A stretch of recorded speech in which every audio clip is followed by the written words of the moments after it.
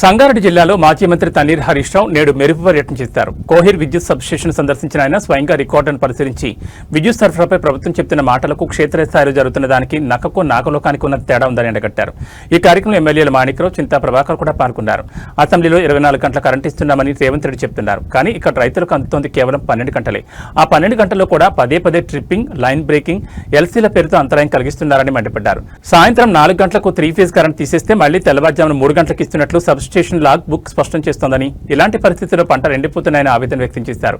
గతంలో తమ హయాంలో కొత్త వ్యవసాయ కనెక్షన్ కోసం 4,900 ఉన్న డీడీ మొత్తాన్ని ప్రస్తుత ప్రభుత్వం 9,700కు పెంచిందని, ఇది ముమ్మాటికి రైతు వ్యతిరేక ప్రభుత్వమేనని విమర్శించారు.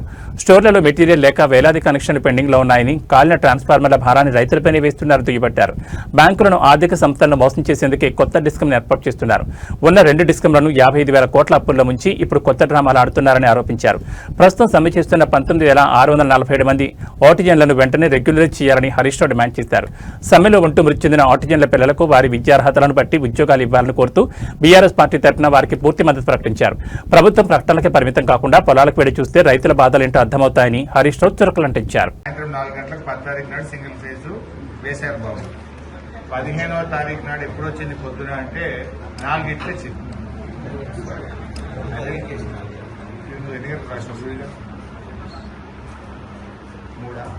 మూడింటికి రాశాను.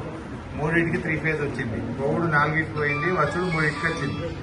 అంటే 13 గంటలు రైతులకు కరెంట్ ఇస్తుండ్రు, 11 గంటలు తీసేస్తుండ్రు. ఆ 13 గంటల్లో కూడా మీరు ఎల్సీ అంటున్నారు, లైన్ మీదికెళ్ళి 11 కేవీ పోయింది అంటున్నారు, తర్వాత ట్రిప్ అయింది అంటున్నారు. మళ్ళా ఆ ఇచ్చిన 50 నిమిషాలు 50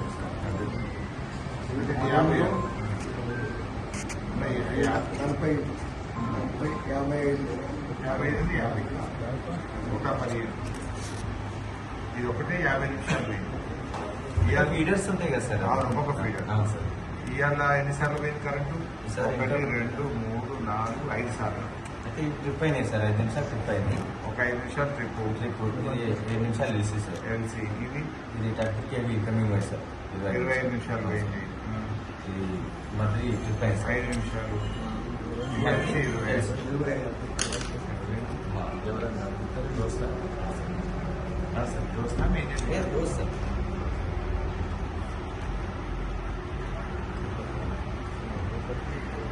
ఎప్పుడు పోయింది? 11 తారీఖు కరెక్ట్ సాయంత్రం అంటే 3 ఫేజ్ 25 ఇక్కడ పోయింది. అది వచ్చింది సార్. ఈ పొద్దుగాల 3ంటికి వచ్చింది.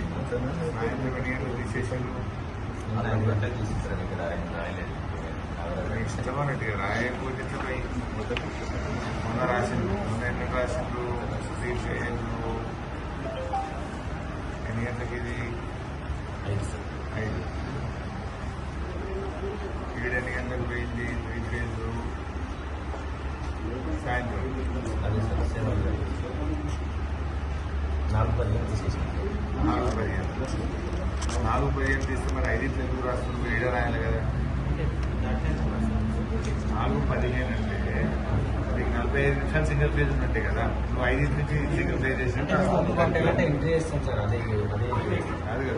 4:15కి తీసేస్తున్నావు సింగిల్ ఫేజ్. మరి ఇలా రాసులేమో 5 నుంచి సింగిల్ ఫేజ్ అంటే వస్తుంది, అంటే 1 గంట తక్కువ రాస్తుంది. అంటే మేము ఎంట్రీ చేసి గంటకి ఏం రాయలేదు వస్తాం సార్. 4:15 రాయలేదు కదా.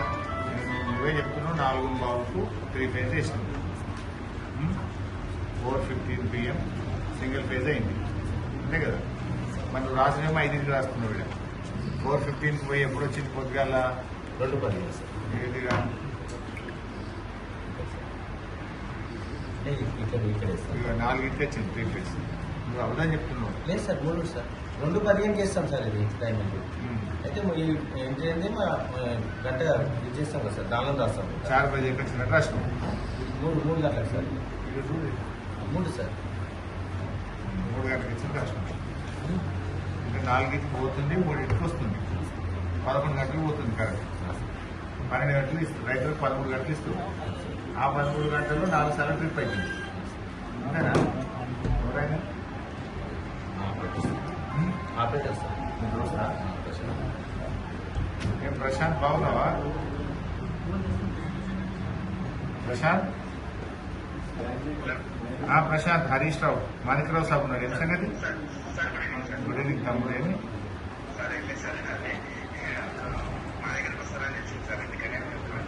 మీ దగ్గరకు వస్తారని ఎవరు చెప్పారు? ఎవరు చెప్పారు దాన్ని? ఎట్లా తెలిసింది?